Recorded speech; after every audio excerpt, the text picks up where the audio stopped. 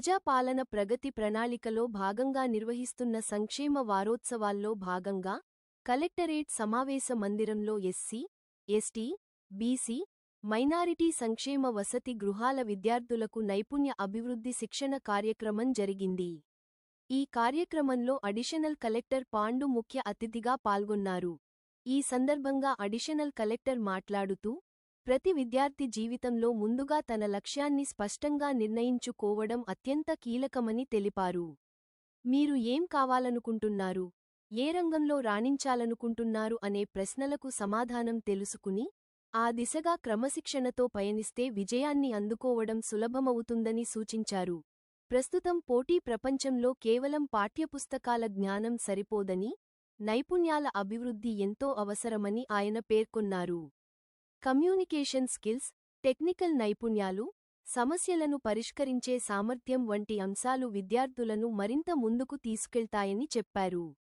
ప్రభుత్వం అందిస్తున్న ఈ తరహా శిక్షణ కార్యక్రమాలను సద్వినియోగం చేసుకుని, తమ భవిష్యత్తుకు బాటలు విద్యార్థులను ప్రోత్సహించారు. విజయం ఒక్కరోజులో సాధ్యం కాదని, నిరంతర శ్రమ, పట్టుదల, క్రమశిక్షణ ఉంటే ఏ లక్ష్యాన్నైనా చేరుకోవచ్చని ఆయన స్పష్టం చేశారు.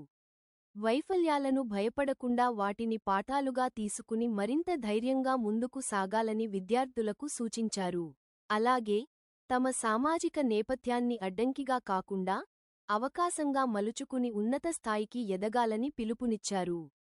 ప్రభుత్వ సంక్షేమ పథకాలు, శిక్షణ కార్యక్రమాలు అందరికీ అందుబాటులో ఉన్నాయని, వాటిని సద్వినియోగం చేసుకోవడమే విజయానికి మొదటి అడుగని అన్నారు.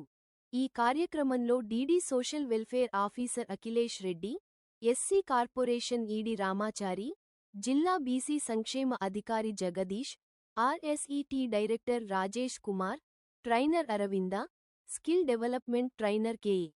కృష్ణకుమార్, మోటివేటర్ శ్రీ కూన వేణు, రాజు రాథోడ్ తదితరులు పాల్గొని విద్యార్థులకు నైపుణ్య శిక్షణపై అవగాహన కల్పించారు. కార్యక్రమంలో బీసీ, ఎస్సీ, ఎస్టీ హాస్టళ్లలోని డిగ్రీ విద్యార్థులు, వివిధ సంక్షేమ శాఖల అధికారులు, సిబ్బంది పాల్గొన్నారు.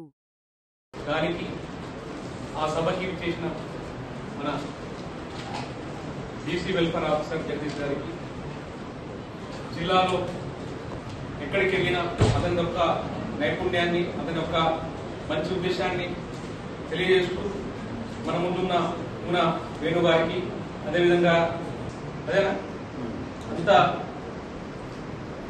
వాళ్ళ యొక్క జీవితంలో ఇంకా సాధించాలి, ఎంప్లాయ్మెంట్లో అంతా కార్డ్స్ ఉన్నాయి, ఎంప్లాయ్మెంట్ కార్డ్స్ ఉన్నాయి, ఉద్యోగానికి చెరువులో ఉన్నారు, వస్తాయి, ఏదైనా మనం ప్రయత్నం చేస్తే కంపల్సరీ మనం సాధిస్తామని చెప్పేసి వాళ్ళకి, అదేవిధంగా degree final year, first year and faculties అందరికీ నా యొక్క ధన్యవాదాలు తెలియజేస్తూ, ప్రభుత్వం ఈ 99 రోజుల ప్రోగ్రాం ఎందుకు నిర్వహించిందంటే, ఇప్పుడు ఈ 99 రోజుల్లో ప్రతి 10 days కి ఒక 1 week ఆర్ 10 days కి ఒక ప్రోగ్రామ్ డిజైన్ చేయడం జరిగిందన్నమాట.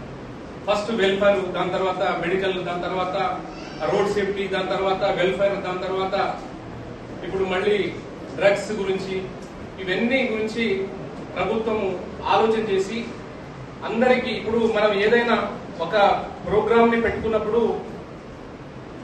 అంటే ఒక దీక్షలాగా, ఇప్పుడు మనము అందరూ చూస్తుంటాం, మనం దీక్ష పెట్టుకుంటాం. మనం అంటే దాని గురించి పెట్టుకుంటేనే ఆ రోజులో ఆ పని చేయగలము, ప్రత్యేకంగా ఆ పని మీద శ్రద్ధ చూపుతాం అని చెప్పేసి ఉద్దేశంతో ప్రభుత్వం ఈ ప్రోగ్రామ్ ని డిజైన్ చేయడం జరిగింది.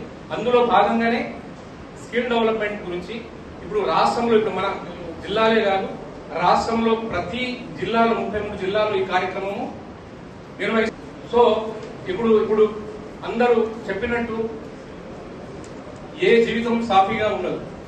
మనిషి పుట్టినప్పటి నుంచి గిట్టే అంతవరకు పోరాటం. ఆ పోరాటంలో మనము అంటారు కదా, మన పాత్ర వచ్చినప్పుడు మనం గజ్జలు కట్టి డ్యాన్స్ చేసి, ఇక్కడ ఎవ్వరు మనం శాశ్వతం అనేది, ఈ జాబ్ కానీ, ఈ స్టూడెంట్ లైఫ్ కానీ, ఏ లైఫ్ కానీ శాశ్వతం కాదు. వస్తుంటారు పోతుంటారు, వస్తుంటారు పోతుంటారు. కానీ వీటన్నిటికీ బేస్ విద్య.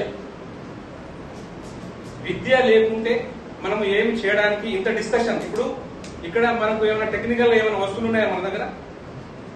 ఏదైనా మనం కంప్యూటర్ లేకుంటే ఏదైనా మెకానికో ఏదైనా చేస్తున్నామా? ఇక్కడ స్కిల్ ఏమైనా చేస్తున్నామా? ఇక్కడ మనం చేయట్లేదు. గంటలు గంటలు తరబడి మనం ఒక స్పీచ్ ఇస్తున్నామంటే మనకు ఆ విద్య, ఆ చదువు నేర్పిన జ్ఞానం బట్టే మనం ఆ జ్ఞానాన్ని 10 మందితో షేర్ చేసుకుంటాం. అంతే, దట్స్ ఆల్. యాక్చువల్ గా మనము చూసుకుంటాము విలేజ్ లో చదువు రాని వాళ్ళకి చదువు ఉన్న వాడికి ఎంత తేడా ఉన్నదని మనం గమనిస్తున్నాం. మనము థింక్ చేస్తుంటాం, ఆలోచన చేస్తుంటాం. ఒక ఇష్యూ మీద ఎగ్జాంపుల్ ఒక అగ్రికల్చర్ అనుకోండి. అగ్రికల్చర్ వేసినప్పుడు మన ఫాదరో మన తమ్ముడో ఎవరో వెళ్ళేసేసి వాళ్ళు ఏదో అమ్ముతారో తీసుకొచ్చి అక్కడ వేస్తారు, అది పండుతుంది, సరిగా మనకు పంట అయ్యేది.